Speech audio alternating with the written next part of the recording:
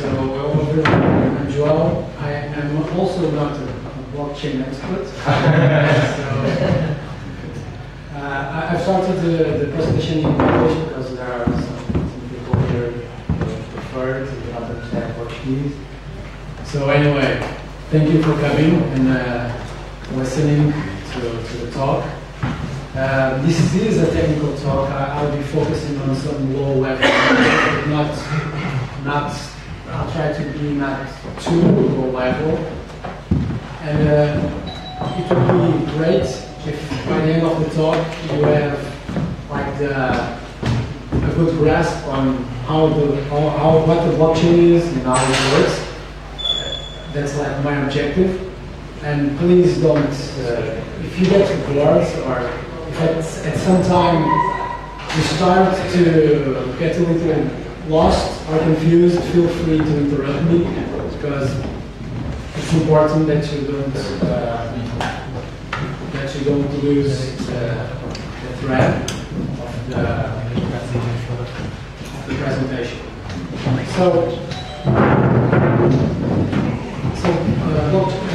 You guys want to if I go just like 2 minutes because people seem to that's sorry.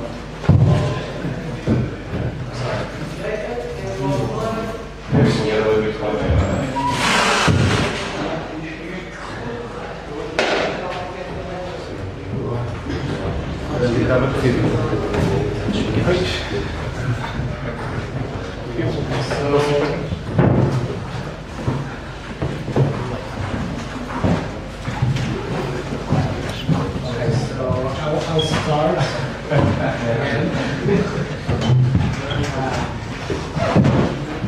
So it would be great if you could have just like a conversation. I'll try to do it. So I think the concept of the blockchain can be a little bit abstract or confused, and newspapers usually don't help. This is a news article from the New York Times where they speak about sophisticated math. And the other one on the BBC, we say that digital ledgers record information from Bitcoin transactions to DNA. I don't know what this is. Blockchains consist of blocks on a digital ledger, and the blockchains are secure because there are private blockchains that are specific to users. And honestly, this doesn't make much sense. And usually the newspapers don't have much at all. So what I tried to do is basically I looked at the original paper by Satoshi Nakamoto, where people don't know if it's a person or a group of persons. And the paper is nice in the way that it tries to explain in a very, I think, practical way why they are doing this. Basically, the objective was to get people to exchange value, money, coins, value between them. And the problem was already partially solved with digital signatures. We use digital signatures every day, like when we access a website, when we sign a document. But the core problem that the paper tried to solve is that how can two people exchange something of value and guarantee that thing is not spent again? It's called the double spend problem. The blockchain was constructed to solve this problem. We'll explain how the blockchain works, but the problem is more or less like this. So if you don't have a central server, I can send you, for example, a coin. I say, this coin is not yours. But there's no point where we can trust. I could send the same coin to another person. Now we have two people, two different persons with my coin. Which one of them is right? So if you have a central database, this works. But if you have a distributed system, you will have consensus problems. So the blockchain was specifically, at least on Bitcoin, was specifically developed to solve this problem. So I'll skip ahead this part, but basically, usually when people try to explain how Bitcoin works, they say users send Bitcoins on another, transactions are broadcasted, miners try to group transactions into something called blocks. When they find a valid block, they gain Bitcoins.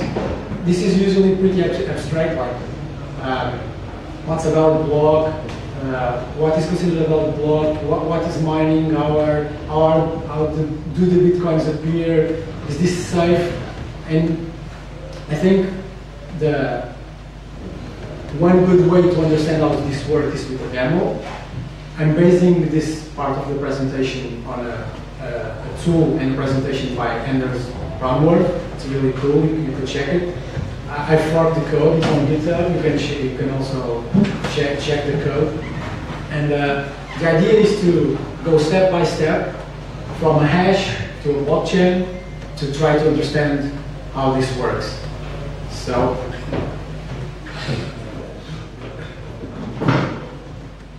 should be here. Okay, so again, if you start to get confused, please interrupt me. No problem. So we have to start with the concept of a hash function. A hash function is basically a one-way function that takes digital data as input and has an output that is the hash value. The input can be empty. For example, in here, hash is basically the hash of the empty value. It could be infinitely large, like several gigabytes or terabytes, and the same input will always generate the same output. For example, if I write pixels, the hash of pixels is 48p027. And now, but similar inputs have very different outputs. If I add a dot, you can check that the hash changes drastically. But if I go to the original value, pixels, the hash is always the same from the same input. There's another important characteristic of hash functions is that they are one way. What this means is that if I give you just a hash value, it's infeasible from a computational point of view to reach the input. So it's very hard to invert the function. So what this means is that if I gave you an arbitrary hash and asked you for what was the input that generated this hash, the only way to do this is basically by trying arbitrary values on the input. You have to search for the output using what is called brute force. You do this, you would basically try to find a specific hash. From the concept of the hash, you can go to the concept of a block. Now, this is very similar to the hash, but basically the data section was expanded to this field is called a block. It's just a number. This is n once. We'll explain what this number does. The data section. Now, on Bitcoin, usually the data section has transactions between users. But for the concept of understanding a blockchain, this is not required. I will only speak about transactions later. If you understand the concept of the blockchain, then all the other stuff will be more easy to understand. And now, the data is empty, and you have a hash. If you notice, this hash has a particular characteristic. It starts with 4 zeros.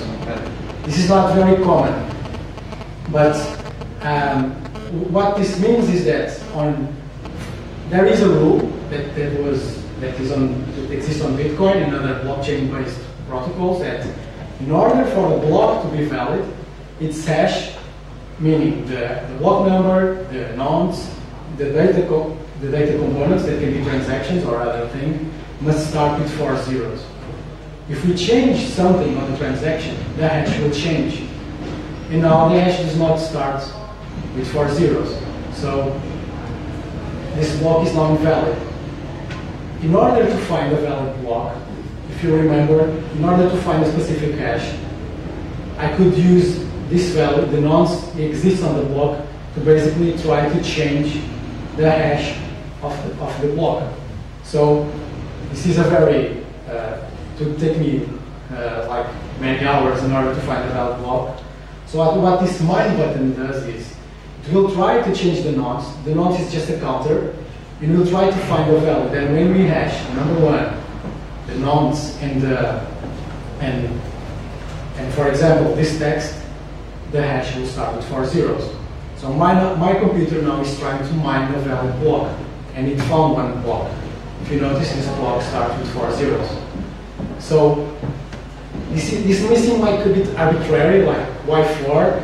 But basically I'm using 4 because my computer does not have a very powerful processor, and if I use more zeros, it will be more difficult. But yeah, the key idea here is that in order to find a valid block, it is necessary to expand CPU power and energy, meaning there are some resources that have to be used in order to find a block. So this is a block. We can expand the concept also for a blockchain. So this is the same structure as before. There's a block, there's the nonce, there's the data, there's the hash of the block, which is the hash of those four fields. But now it has something called the previous hash. If you notice, this previous hash, it's this one. And the previous hash of this, it's this one. And until the first block. So it's the same thing. If I now change this block, it will become valid, like we've seen before. And in order to fix this, I would have to mine the block. But what will happen if I change the block, an earlier block? Since this is a chain, if I change the data here, my hash will change, and then the previous hash will change, and it will be hashing a different value, and this hash value will change also. So you have a cascading failure. So I write I, the hash of the block changed, and I broke the chain. So if I wanted to repair this chain, I would have to mine this block, and then this block, and then this block also. So what is happening here is that in order to change something on a blockchain, this requires a proof that I expanded CPU cycles. So changing a blockchain, a blockchain is resistant to change, because every time we change something, we have to find a valid block, and this implies using CPU. And the further we go, the harder it gets, because we have to change all the other blocks ahead. So, is this clear? Everyone get it? Because this is like the basic idea of a blockchain. It's a series of blocks that are linked by their hashes, and if you change one bit only on one of the blocks, all the other blocks will fail. And informs the following ways. One block, I can change you like the Bitcoin blockchain now. So this is called this is a blockchain explorer. It's for Bitcoin, and Bitcoin blocks are a little bit more complicated. But if you check, basically, this is the hash of this current block on Bitcoin. This is the hash of the previous block. If you notice, there are much more zeros, because the computational power of the Bitcoin network is like immense. My computer does, I think, 1.5 million hashes per second. The Bitcoin network does, I don't know, it's like 5 tera hashes per second, like 1 million, it's 1,000 millions. So it's Can you explain why is that? Why more zeros? Because on my computer, in order to find a valid block, the criteria is 4 zeros. My computer takes like some seconds, but if I ask to mine like 5 zeros, it duplicates the work. So every time I put a zero, the amount of work required to find a valid block grows exponentially. Because it's basically, this is just probability. If you know, for example, this is a hexadecimal value. These two first values one byte. Basically, the probability of these first two zeros being 00 is 1 in 256, because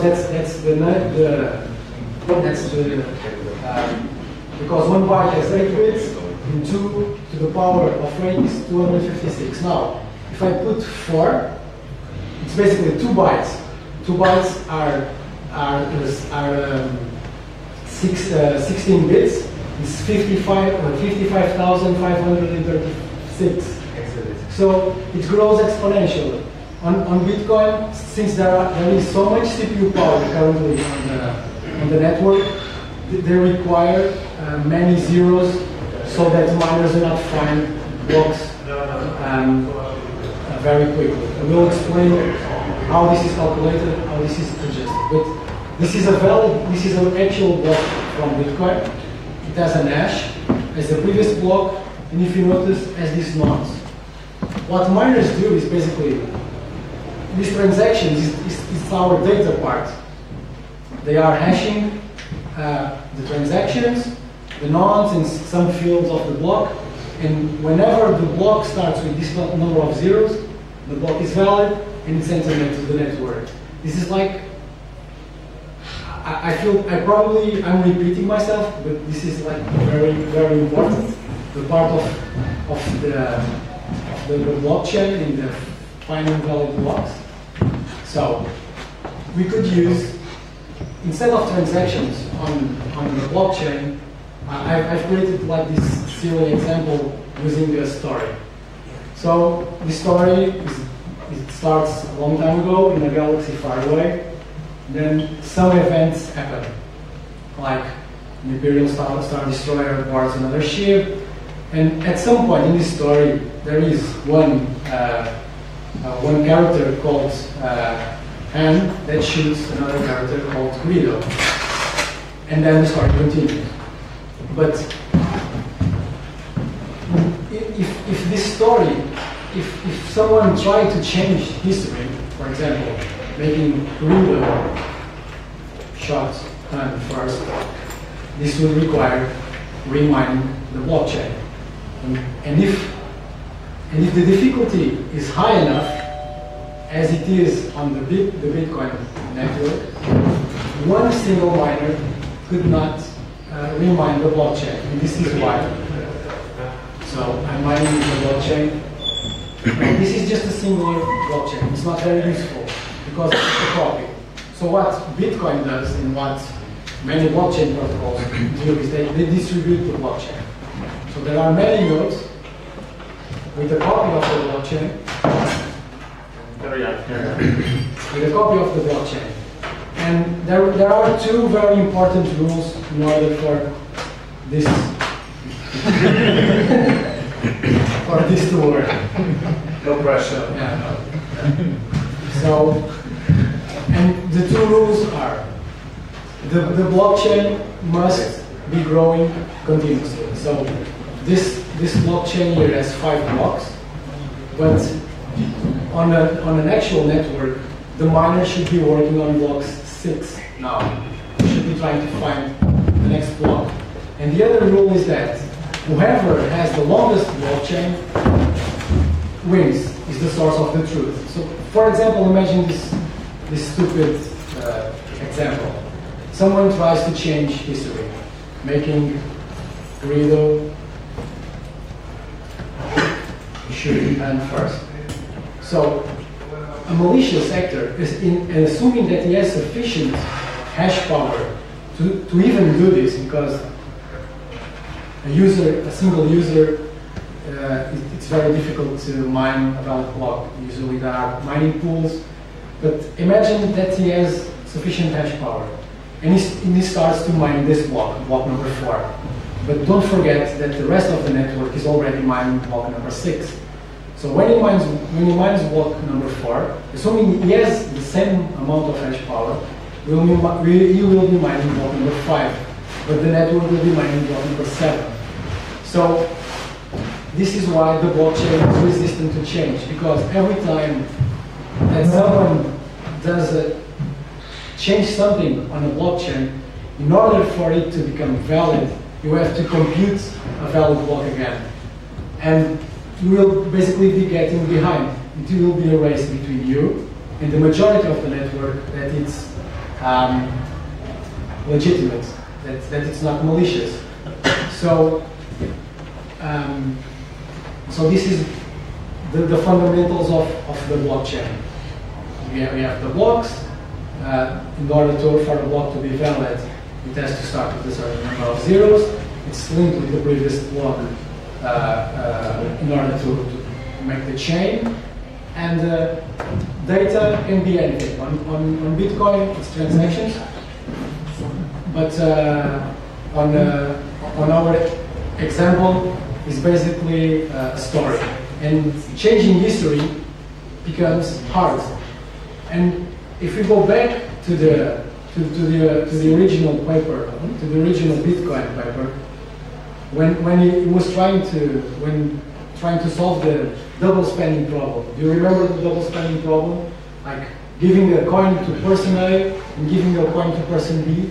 Well, now if I give a coin to person A and the coin stays on the blockchain, it will be impossible or infeasible for me to change that action. After the transaction is on the blockchain, it's very, very hard to basically rewrite history. Here we are rewriting history with a movie script, but it could be a transaction. So after something is on the blockchain, it's very difficult to change it. And that is why we can use the blockchain to have decentralized trust. And you can use, instead of a script, you can use tokens, you can use coins, for example. This is the same thing. It's a block, has a block number, has a nonce, has a previous transaction, it's zeros because it's the first one. It says the hash of the block. Now, you can have transactions on the blockchain. For example, Vader transfers 10 bitcoins to Luke, and it's the same principle. But there is one question here: is like, how are bitcoins mined? Why are miners finding new blocks? Remember that in order for the network to be safe, new blocks must be continuously found. So if I'm a miner, why would I be expending CPU power and energy? What's my reward? What's my objective? So it's incentive. Thank you. So on Bitcoin, there is a special transaction. It's called the coin-based transaction. And whenever a miner, this is the first block. Let's focus on the second block. It's the block number, the nonce.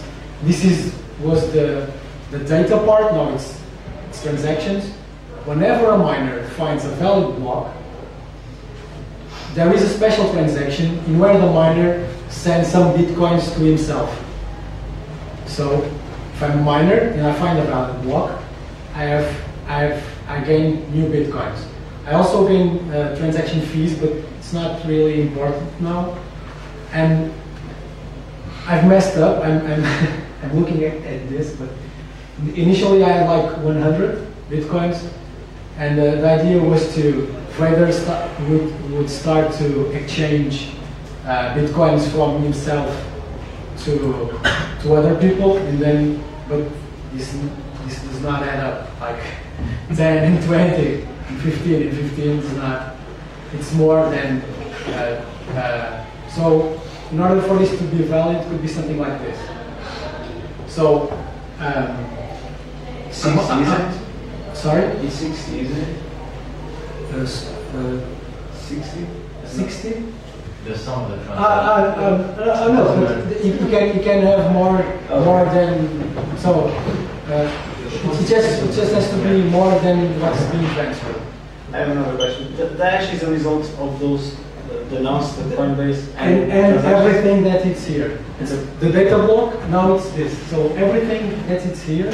So for example, if I changed like, something here, breaks also.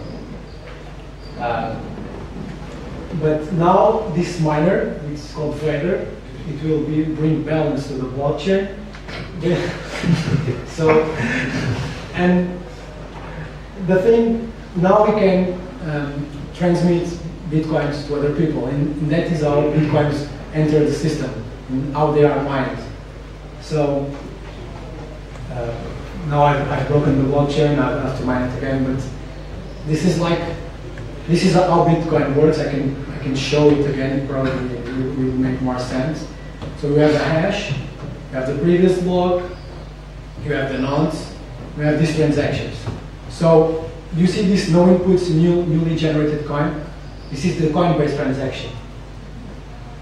And then there are other transactions where they are using public keys. These public keys transferring 1 Bitcoin to this address, and this is not to himself, and another 0.95 Bitcoins to other address. So I would probably, it's not my objective to go inside how the transactions work, because the focus was only on blockchain. You can go inside the details of transactions if you are interested, but this is my objective was basically this, in order to try to explain the blockchain. If you have any questions, please. So, sure. In the hash, do you have the data from the sender, the receiver as well, and the transaction itself, the amount? Yes. The hash. All transactions, they are hashed. Yeah. And then there's something called a Merkle tree. It's not pretty important, but basically, Is it German? yeah, Merkle is German. So basically, what a miner does is this: you send, for example, you send a transaction to me, send 1 Bitcoin, and you send the transaction to the network, and miners are listening on the network, and they are grouping transactions in blocks. Now, these are the transactions. They listen on the network for blocks. What they do is that they hash all the transactions, and then they put that hash here. It's like, in reality, it's not the hash themselves that are there, it's the hash of the transactions, and then they hash the whole block, and that's what it's being hashed. So there is a thing called the block header, as the block number, as the nonce, as the hash of the transactions, as the hash of the previous block, and as okay. So the block is made up of all this. Yeah, the block is basically a group of transactions. Yes, but how do miners know that the new block, the new transaction is real? Oh, okay. So that's a specific of the transaction. Basically, on Bitcoin, they are using public key cryptography to do transactions, and it's written here like digital signatures provide part of the solution, but it's not blockchain specific. Basically, if I want to send you, It's a validation question. It's about the transaction itself. basically I do a digital signature saying that I, João, will send you 1 Bitcoin, and it's cryptographically valid. You can use my public key to verify the digital You signature. both sign the transaction. I sign, you validate. You validate, and then miners validate the transaction. They put the transaction in blocks, and this is like the purpose of the blockchain. I mean, the blockchain is not validating the transactions. The transactions are being validated using public cryptography that exists for many years. And now, but once the blockchain, once the specific transaction is put on the blockchain, you can be assured that I will not retract, because I could send you a valid public key signature saying that I'm sending you 1 Bitcoin, and I could send 1 valid transaction to sales. Then you both would have the Bitcoin. Now, who has the Bitcoin? You, sales? That's the problem. The blockchain provides this central database of trust, because it's hard to change it after it's on the blockchain. Case because there is a field called coin-based. Yeah, there is a special transaction. This is the incentive, like you said. Because miners are expending huge amounts of energy. And if I'm a miner, I want to be compensated somehow. Because the miners are the ones that give the network safety. They are constantly trying to find new blocks, one block every 10 minutes. And that's the explanation for the number of zeros. If more than a number of blocks are found, for example, in a given hour, the network adjusts the difficulty. But this means that the network will require one more zero or two. If there are too few blocks mined during a given time, the number of zeros will be reduced. So this number of zeros it's a difficulty factor, it's a work factor. It's what the network uses to guarantee that, on average, one block is mined every 10 minutes. If too few, the network reduces the number of zeros. If too many, the network increases the number of zeros. And if the method isn't a proof of work, but proof of stake? Oh, it exists also the number of zeros are irrelevant? No, it's different. I'm going to be honest. I've started reading the paper on proof of stake. It's still a little bit fuzzy. But what happens is that you stake a number of coins, for example Ethereum, and you send those coins to a special address. From that point on, the coins are not yours. But then the number of coins that you send to the network give you a probability to decide what is the next block. Meaning, there is not number of zeros. Basically, there is one node on the network that has sent coins will be given the chance to decide what's the next valid block. And then the network will also vote on the valid block. It is in your best interest to vote accordingly to the network, because if you vote against the network, you'll start to lose your coins. The proof of stake, Yes. this is a completely different topic. We are talking about the proof of stake method. Yes. You're correct. You're correct. But I'm not really secure enough with proof of stake. I know more or less how it works, but not the details. And we're talking about proof of work here is basically finding a block which starts with a given number of zeros, and that proves that we had to expend a certain amount of energy. And that makes the network, the distributed database, resistant. It's not easy to change it. So I don't know if João is going to go into this later, but can you explain in words that I can understand the 51% attack that everyone keeps talking about? Okay. I'll try. But before going to that, everyone is like comfortable with how the blockchain works. Blockchain is fine. Can I ask just a couple of questions about Bitcoin? Yeah, Before, because that's a more complex issue. My questions are simple. Okay. So first of all, if I'm not a miner, so my Bitcoin software has to have all the chain to know my account balance. More or less. There are a thing called lights verification nodes here on the paper. I don't believe I'm using the paper to answer. It's a bit bald. So it's called simplified payment verification, and you can have, if you check here, this is like the actual Bitcoin paper.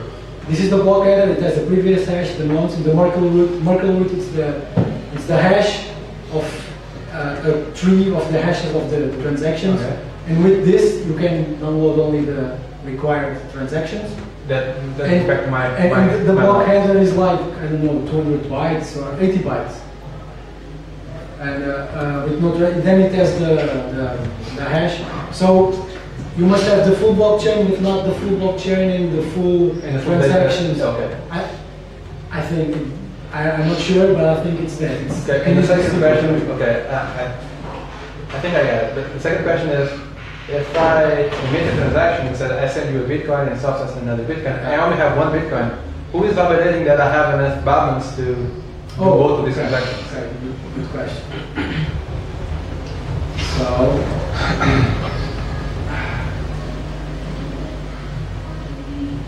So, this is and I've messed up here because this was, I'll try to fix this, like 100. So imagine that there's like an initial coin-based transaction that gives 100 Bitcoins to Vader. And now there's another to Vader. And now, for example, here Vader sends 10 Bitcoins in a transaction to Luke. Now it's mine. You need a better computer. I should reduce the number of zeros. So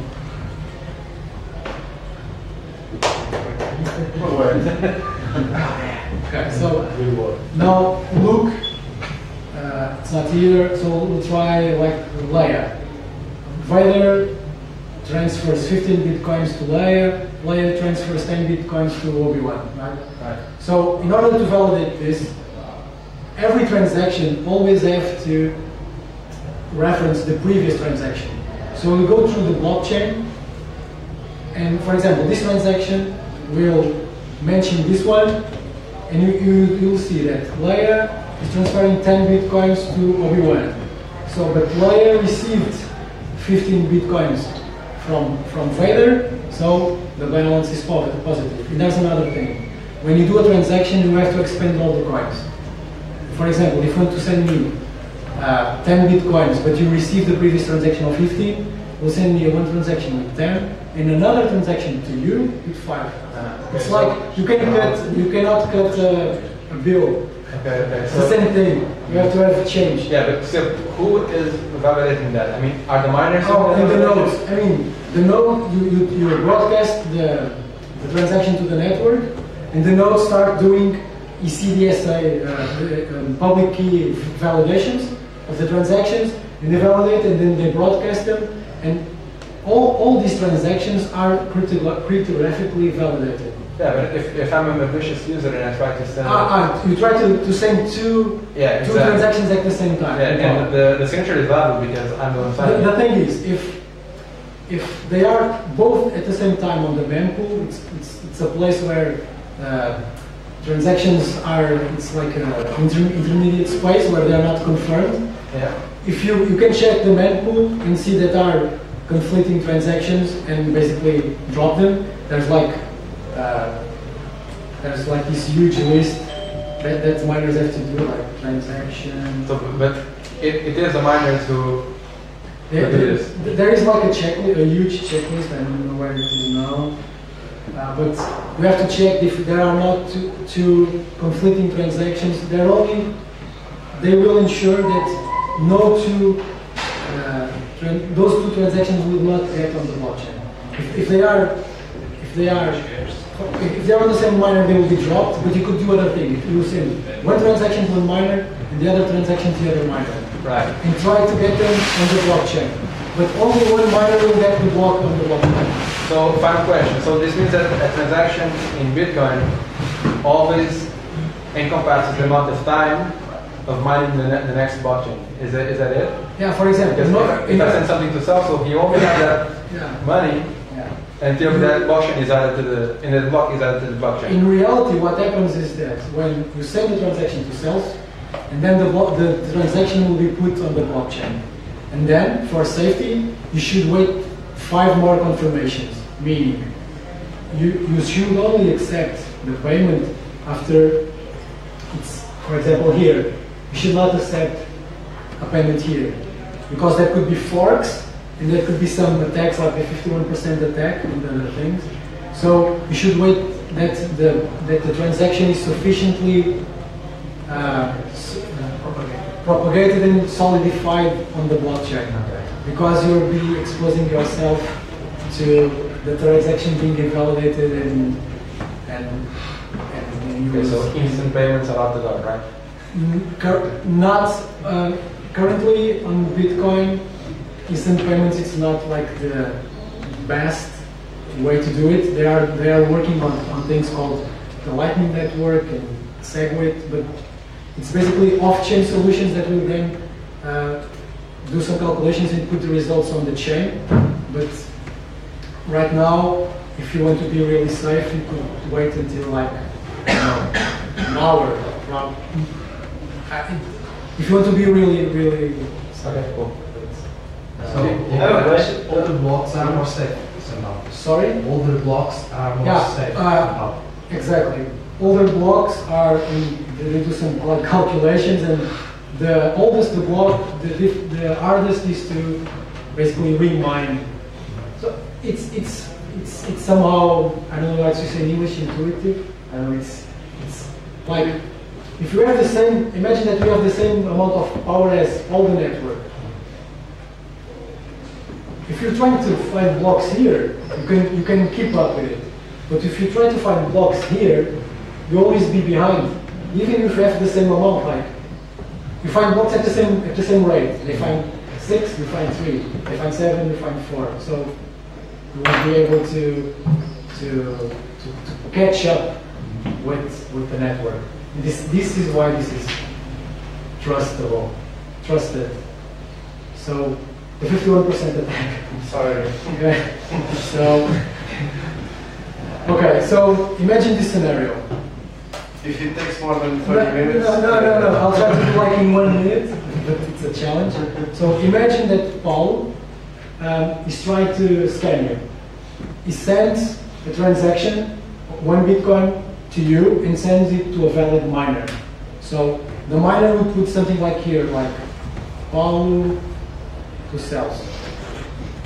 And the miner would start to mine this block. Now what happens, what Paul could do is, this is the chain of a valid miner of a miner. This is chain of Paul.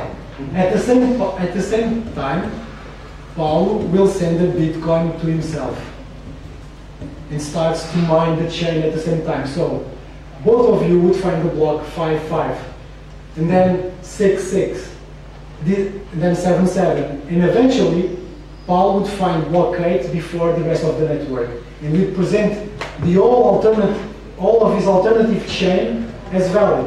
And on his chain, your transaction went to himself. So you've lost the transaction. Okay. So the 51% attack is because I have to have more than 1% of the rest of the network in order to get ahead. But this only works on the first block. If you go to the second block, it's the problem of being behind. Okay, so you always need to attack the latest block. You should. It's easier. It's easier. What you do, you create a fork. You create a fork.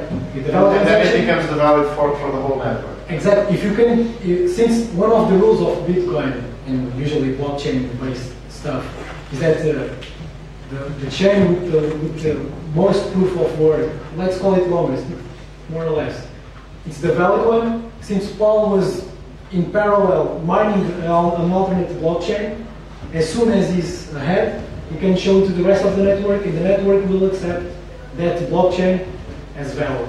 So this is like roughly the 51% attack. But this is not the blockchain fundamental. Okay, This is sorry. No problem. I'm scared to confuse people. But So what are you saying is, for new coins, cryptocurrency coins, new ones are very unsafe. exactly, that is true. Bitcoin, since it has like huge amounts of. It's not the coin, it's the blocks, right? Exactly. I mean, the coins themselves are just transactions. Yes. But in order for you to have the guarantee that it's safe, the most number of nodes brings greater security. So when a new coin is released, the founder issued himself all the. Well, you can do, for example, it is said that like this is like political questions, but yeah, I will deflect political questions. But yeah, for example, in the beginning, I think Satoshi Nakamoto mined like 1 million bitcoins, but I think, Talk about a pre-mine. yeah, oh, pre-mined. So, yes, you can. There are some coins that are pre-mined, and when they enter, the blockchain already has a huge number of blocks. They are pre-mined, and the owners own those coins.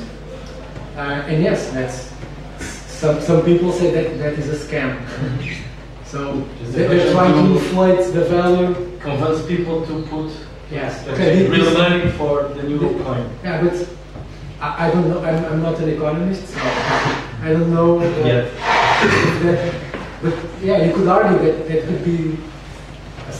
could be a problem. Pre-mining coins and keeping like 50% of them. Or You cannot know how many bitcoins Satoshi has. I think there's. You better not know. I think it's told that like there are like 1 million bitcoins, but I do not know. I think I've read that somewhere, but Well, the whole blockchain is transparent, so you can check exactly how much he has. But who owns what? That's the trick. Oh, I don't. But the address are anonymous. but so you is cannot say. is it proved that those are his addresses? I think some of the addresses Okay. they're pseudo-anonymous. So just because you don't have a name on it doesn't mean you can't connect a name to a person. It doesn't mean you can't connect an address to a person. So it's hard to find out that their entire business is to strictly make their money on tracking people's Bitcoin or other addresses. Exactly. So pseudo-anonymous, not anonymous. Although there are also anonymous blockchains that are out there. Monero and things like that. Yeah. At some point in the future, that Bitcoin will become real transaction or something. Can be followed. No, it can. Every Bitcoin transaction can be followed. For example, if you check here, when Lando sends a Bitcoin to Sidious, what happens is that this transaction would have to reference the previous transaction. It would be, for example, I messed up. This is not a valid transaction. But he could send bitcoins to himself under any given number of releases. Yeah, Spread his yes. You could bitcoins try through things number of called releases. tumblers and mixers, where you basically send a Bitcoin to 100 addresses, and then and they say that they remove the But all the addresses can be you and yeah. So all the other addresses are suspicious, but they are not immediately traceable. So if something went in like a mixer, it could be considered tainted because it was, but it's like it's a multiplexer. you can do it yourself. Like if you have 100 bitcoins over the course of 100 days, you can make transactions to another 100 addresses. It would be that are easier yours. to sell the bitcoins on an exchange and put the Buy them back. No, but if and buy them back. Yeah. Yeah. but if you do it yourself, it would be. I think the key point of the mixer is that there are many people sending to them. Then you will not know which was which, because if you only send to yourself, the trace is there always. Like you'll be sending coins to yourself, but the transaction always references the previous transaction and the previous, so you would get the original tainted. It may at least obfuscate the price. But if I buy no different than real money. The net, then I'll Yeah, so but if I buy a ledger from somewhere, buy a ledger. like a wallet, you know? Oh, a sure, hardware sure, ledger, sure. yeah. Yeah, one of the hardware wallets. Yeah. Sure. I buy that, and then I buy bitcoins. Somebody sends me a bitcoin on this. Mhm. How can they link that to me? Because, you know? No, they cannot link that to you, the receiver, Yeah. but they can link to the sender. Because and then if you spend that Bitcoin, they'll also link. I mean, not you personally, your My identity. address, yeah. Not, I mean, they only have your address, Yeah. but they will know who sent the Bitcoin initially. And usually, how do people like buy Bitcoins? You can use something like Coinbase or an exchange. And they have records. They have like your documents, Yeah. or you can buy Bitcoins by cash. hard cash Or mine them. or mine them, but In which case there's no records. If you have the money. but Yeah, you can buy it from people on the street, apparently. Yeah. Local coins. local bitcoins. I think I've heard about it. Yeah, we had a Some people in Lisbon. On that. There was a machine sold that. But the machine used your credit card? Yes, you could put real money okay. in it, and it gave you Okay. bitcoins to So trade. in that case, it could be considered. Money laundering. It will not be traced to you, but you have to be careful. For example, if you expand that on Amazon, and then they have like your address, so you could know that transaction was for a product that went to your address. So you have to be careful about the inputs and the outputs. Okay, so imagine I have a Bitcoin and I can mine. Sure. I have also the power to equal the network, Okay. and I also have the power to do a DDNS. Okay. DDoS? DDoS, sorry. Okay. Okay. And partially the network is Okay. down. So when the nodes come up, what they will see, Um, and I Those can nodes- mine different things. those nodes, if you split the network, you have to remember that you will be splitting the hash power. So it will be hard for half of the network mine. But what is the attack? It's probably easier. What was the objective of doing Well, the it's to understand when the nodes come up, what they will see. So the transactions, which transactions, Okay, the so- longest, who mined it. Let's assume that the DOS did not. In that specific case, the DOS will make impossible for the nodes to receive new transactions. So they will be probably what they would do is that they will mine empty blocks because they can do it, and they will be creating a chain. And the other part of the network, assuming that it's like 50-50, the other part of the chain would be mining valid transactions with valid blocks. Now, and the rule is, and it's on the paper, when they reconnect, some nodes will have a chain with a longer proof of work, with more proof of work than the other. And then the nodes which have the longest chain, or the chain with the most proof of work, will basically override the other chain. Okay, so imagine that it's not 50-50, but it's 298. Okay. Well, now you have another problem. Remember the number of zeros in the work factor. Like the number of zeros is such that the whole network should find one block every time 10 minutes on average. But this is the whole network. Now you have 2% of the network. But the other 98% are also mining. Yeah, no problem. So the other half will for sure have a longer chain. So when the 2% of the network, even if they are mining, they will have great difficulty because if they only have 2% to find that number of zeros, the probability is lower. So when they come online, the other blocks, the other nodes will show them their blockchain, and they will have to accept it. It's how the conflicts are solved. And sometimes you can have forks. It can happen. For example, if a fork exists, if two miners find a valid block at the same time, they will be forced to keep both chains. And some miners will be working on chain A and the other on chain B. Eventually, one chain will win. That's the criteria of solving the. But both chains are correct. As long as they are the same size, they are correct. And nodes should keep both chains. I think it's explained somewhere here.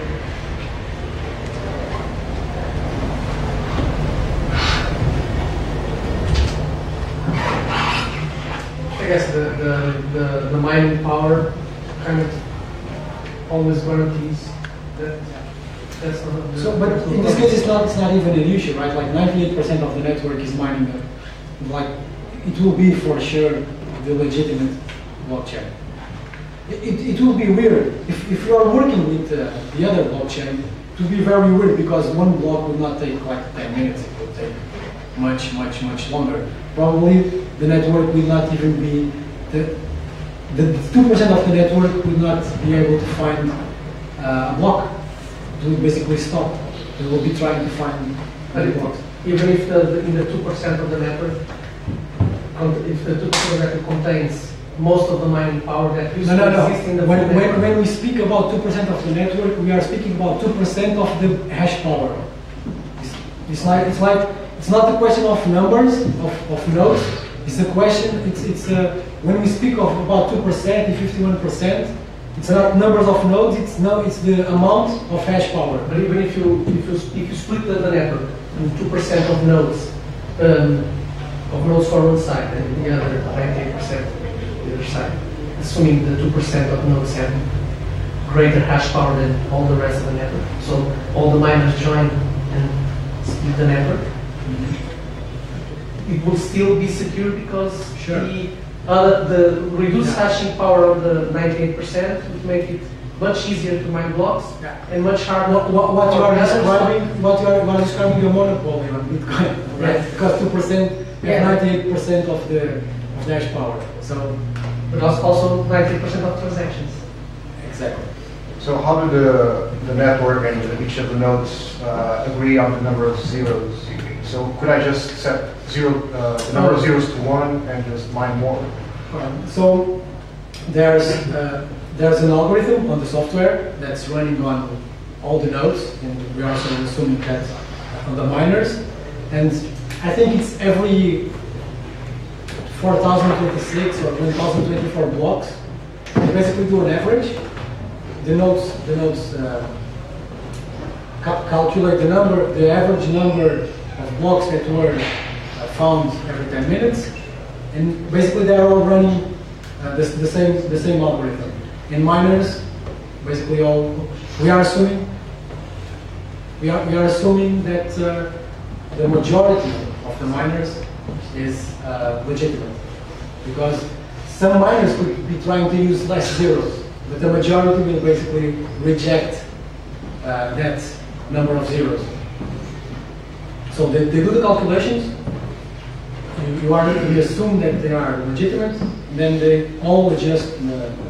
So basically, the network is always readjusting the difficulty. Yeah, I think it's 4,096 blocks or 2,000. It's a power of 2 or 2,048, and they are adjusting the work factor. I think it's what it's called. Final question. So, what happens when there's no more blocks to mine? What happens to the network then? So there's this thing called the difficulty. I don't know, honestly, I don't know how it's calculated, but I think they have to agree on what's the valid difficulty. Do they do that individually using the code of the local? Exactly. They do it locally, and then I think they will reach a consensus. What happens when there's no more blocks to mine? So Bitcoin has a limit of 21 million Bitcoins, I think, and by that point the rewards now it's 12.5 Bitcoins for each block found. The reward will go to 0, and the money will be made with transaction fees. I think it's possible to know here. For example, the input here is 007, and the output is 06 and 0005. So the 0005 it's the fee. The sum of the right side is less than the left side, and what remains goes to the miner. Yeah, it's in the header. The header says E005. Oh yeah. So you propose a fee when you make a transaction. You propose a fee. You propose. I think and the miner either or rejects it. But when it accepts it, does the miner accept it on his own fee, or it accepts the fee you propose? I think, I'm not sure, but I think there's... You cannot change the block. But the block isn't mined yet. The miner, according to the fee you are proposing, decides to put your transaction or not on the blockchain. Yes, but the miner cannot change it. No, but if it's signed. The miner cannot change it, but the miner can decide to not include it in the blockchain. But you can change it. Yeah, you can change it. But I think, I don't know, but if all miners reject the transaction, they stay in something called the mempool, and I don't know if they prune all their transactions, if the transaction is in the limbo for too long. Honestly, I'm not familiar with that part of the protocol. Memory is limited, so. Sorry? Memory is limited, so eventually they have. Yeah, they call it mempool, but it could be something on distribute. It's not. But I think the idea in the future is that miners will earn rewards. The rewards. Their incentive is by the mining fees. I think that's also a political question, because for now miners want to increase the fees or something like that. Of the size of the Bitcoin. But if they increase the fees too much, then less transactions happen and less money they make. But the fees on Bitcoin are lesser than on the Ethereum network, for example. So, competition between the I have to go, so thank you.